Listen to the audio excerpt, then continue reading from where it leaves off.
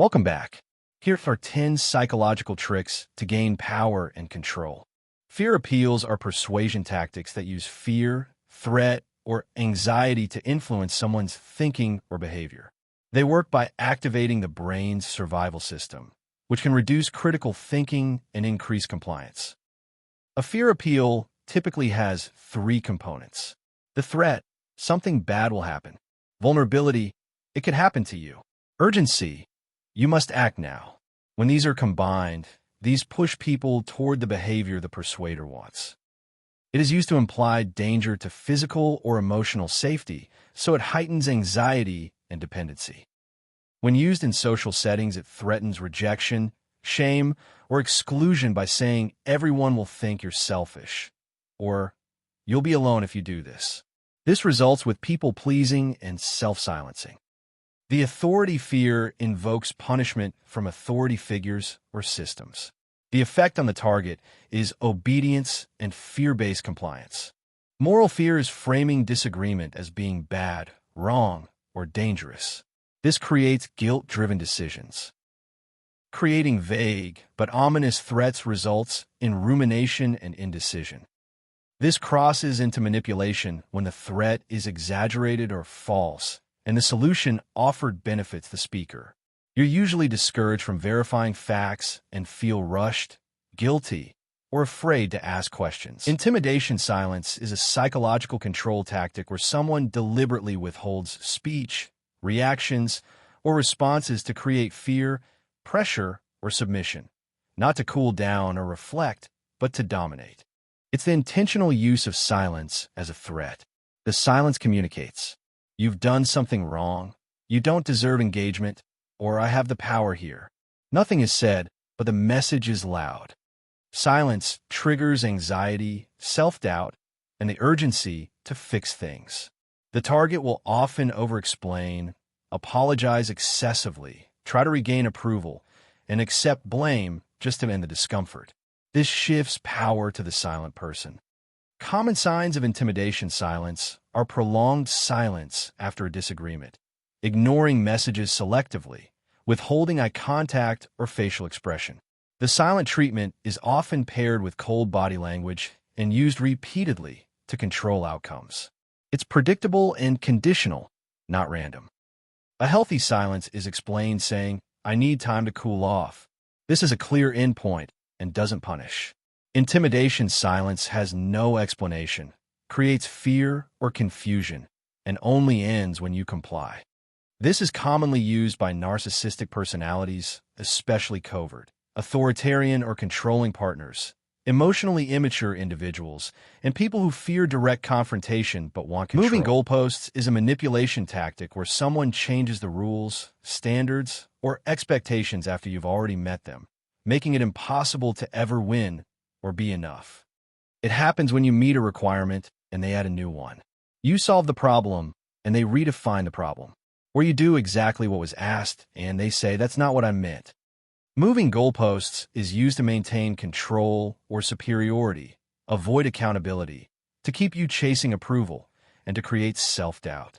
You see it in narcissistic or manipulative dynamics because it ensures that you stay off balance and they stay in power. The relationship remains unequal. Over time, it can cause chronic self-doubt, over-explaining and people-pleasing, anxiety and hypervigilance, and feeling like you're failing without knowing why. Many people start working harder instead of questioning the fairness of the game. Watch out for vague expectations, standards that change without notice, and praise that disappears once you comply.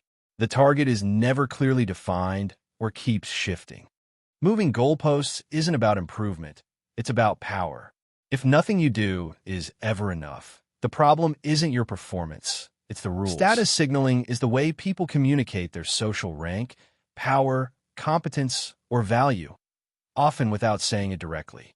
It happens through behavior, language, appearance, and choices, and it can be conscious or unconscious.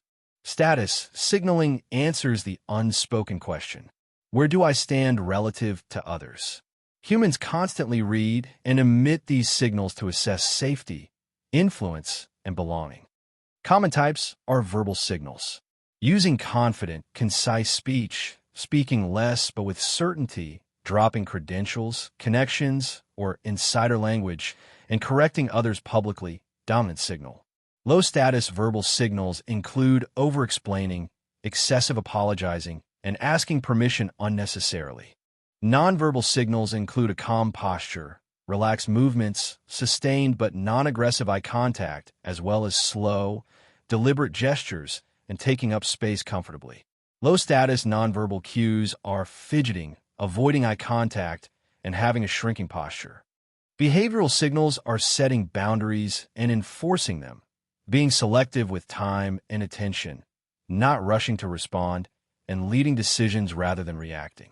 Low-status behaviors are people-pleasing, immediate availability, and tolerating disrespect to keep peace. Emotional control as status is staying calm under pressure, not needing validation, and responding rather than reacting. Loss of emotional control often signals lower status, even if someone has formal power. Status is not claimed, it's inferred. People signal it through consistency, boundaries, calm, and self-respect, not dominance theatrics. False urgency is a manipulation tactic where someone creates the illusion of an emergency to pressure you into acting quickly, before you have time to think, verify, or set boundaries. It's commonly used in sales, workplace dynamics, relationships, and narcissistic or controlling interactions. False urgency exploits stress response and reduces critical thinking, gives a fear of loss to push compliance. They use time pressure to bypass boundaries and use authority pressure to discourage questioning.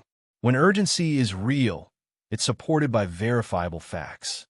When it's false, it relies on emotion and pressure instead. Common places can be found in relationships, forcing commitment, forgiveness, or decisions. If you don't respond now, it means you don't care. In the workplace, rushing approvals without documentation. We'll miss the deadline when there isn't one. In sales and scams, only 2 left. Offer expires tonight. Your account will be closed immediately. And in narcissistic and manipulative dynamics, to prevent you from seeking outside perspective, noticing inconsistencies, and exercising autonomy. You must ask yourself, what actual consequence occurs if I wait? Is the deadline documented or verifiable? Who benefits from my rush decision? And would this still make sense after 24 hours? False urgency collapses under calm questioning. Real urgency is calm and factual, while false urgency is emotional and forceful. If someone needs you rushed, it's often because time is your ally, not theirs. Information withholding is a manipulation tactic where someone intentionally keeps back facts, context, or clarity that you reasonably need, not because they forgot or it's irrelevant, but to maintain control, advantage, or power. People will give partial answers that force you to guess, change plans without explanation, and leave out key details, then blame you for misunderstanding. They will share information selectively to different people, which creates confusion or conflict. Manipulators use information for power. By controlling what you know, they can shape your decisions, keep you dependent on them for clarity, avoid accountability, and maintain superiority. This creates self-doubt, so you stop questioning them. It is common in covert narcissism, gaslighting dynamics, and emotionally abusive relationships. This gives victims chronic confusion or anxiety, overthinking and second-guessing yourself, feeling excluded, and makes you reliant on the manipulator for explanations or validation. Over time, this erodes trust in your own judgment. Public embarrassment is a powerful social and psychological tactic that can occur accidentally or be used deliberately as a form of control, punishment, or dominance. Public embarrassment happens when someone is made to feel ashamed, exposed, or humiliated in front of others, often attacking their dignity or social standing. It triggers a strong fear response because humans are wired to avoid social rejection. Common forms are public criticism, pointing out mistakes in front of others, mocking or sarcasm, jokes at someone's expense, making shaming questions, forcing personal topics into public view. It is done to expose vulnerabilities, share private info without consent, and correct or lecture someone publicly, especially in a demeaning tone. People use eye-rolling, sighs, or laughs when others are watching. It's used as a manipulation tactic to assert power or superiority, silence someone without direct confrontation, enforce compliance through fear of humiliation, or lower a person's status in a group. This is a signal to others, don't challenge me, and is common in narcissistic or controlling personalities, abusive workplaces or families, and school bullying dynamics. The psychological impact activates shame, not just guilt. It can cause freeze or fawn responses, damage self-trust and confidence, create long-term social anxiety, and trains people to self-censor. Repeated public embarrassment is a form of emotional abuse. You can respond without escalation in the moment by staying neutral, naming the boundary calmly, pause, and make eye contact. This signals self-respect. When responding afterward, you can address it privately. Please don't correct me in front of others. Reduce personal sharing with them. Document patterns if it's a workplace issue. And if it's chronic, emotionally distance yourself and use gray rock responses. If severe, exit the environment immediately if possible. Overexplaining is when someone gives far more detail, justification, or background than the situation actually requires. It often sounds like answering questions that weren't asked. People will give partial answers that force you to guess, change plans without explanation, and leave out key details, then blame you for misunderstanding. They will share information selectively to different people, which creates confusion or conflict.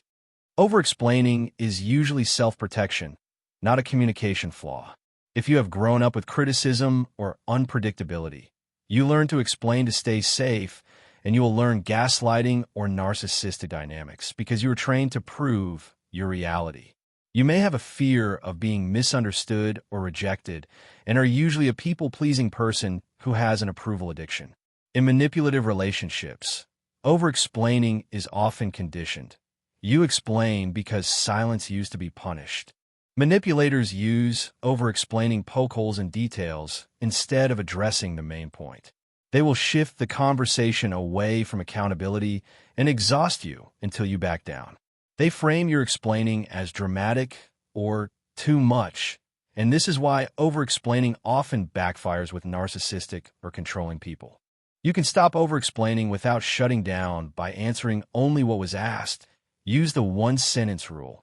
Replace explanations with statements. Pause before adding more, and notice the urge. Dependency creation is a psychological manipulation tactic where someone deliberately makes another person rely on them emotionally, mentally, financially, or socially, so the dependent person feels unable to function, decide, or feel secure without them. It's common in toxic relationships, narcissistic dynamics, cults, abusive workplaces, and controlling family systems. It works by gradually undermining your confidence, questioning your judgment, and giving subtle criticism disguised as help. It highlights your mistakes while minimizing your strengths, and you begin doubting yourself. The manipulator will use isolation, discouraging outside opinions, and undermining friends or family. They will frame others as unsafe or against you, and your support system shrinks. They will use intermittent support by alternating between help and withdrawal and giving approval inconsistently. This creates anxiety and attachment, trauma bonding. Gatekeeping information or resources by controlling access to money, knowledge, contacts, or opportunities. This will make you feel incapable without them. If you begin to second-guess simple decisions, feel anxious when they're unavailable, rely on them for validation, feel guilty imagining independence, or weaker than before the relationship, then this is a clear sign of dependency creation. Manipulators do this for control and ego reinforcement because they fear abandonment and have power without accountability. Dependency ensures compliance without force. You can break free by rebuilding small independent decisions, reconnect with external support, question narratives that frame you as incapable, learn skills and resources they have discouraged. But expect resistance when you regain autonomy. That's a sign it was real. Double blinds can mean different things depending on context. It is used in research, psychology, and medicine. It's a setup where neither side knows key information. and participants don't know which group they're in, much like real treatment versus placebo. Researchers interacting with them also don't know which group is which to prevent bias, expectation effects, and manipulation of results. It works in drug trials where neither the patient nor the doctor knows who gets the real drug. It is also used in negotiation, manipulation, or power dynamics. Two parties are each kept unaware of critical information, often by a third party or system, so neither can fully assess reality. This causes confusion, dependency on the information gatekeeper, and reduced ability to challenge decisions. This can be used legitimately in security and fairness or manipulatively for control and obfuscation. Sometimes people say double blinds, casually to mean mutual ignorance where both sides are being misled, causing intentional fog or ambiguity. This isn't a formal term, but shows up in conversation. Please like, subscribe, and join our growing community.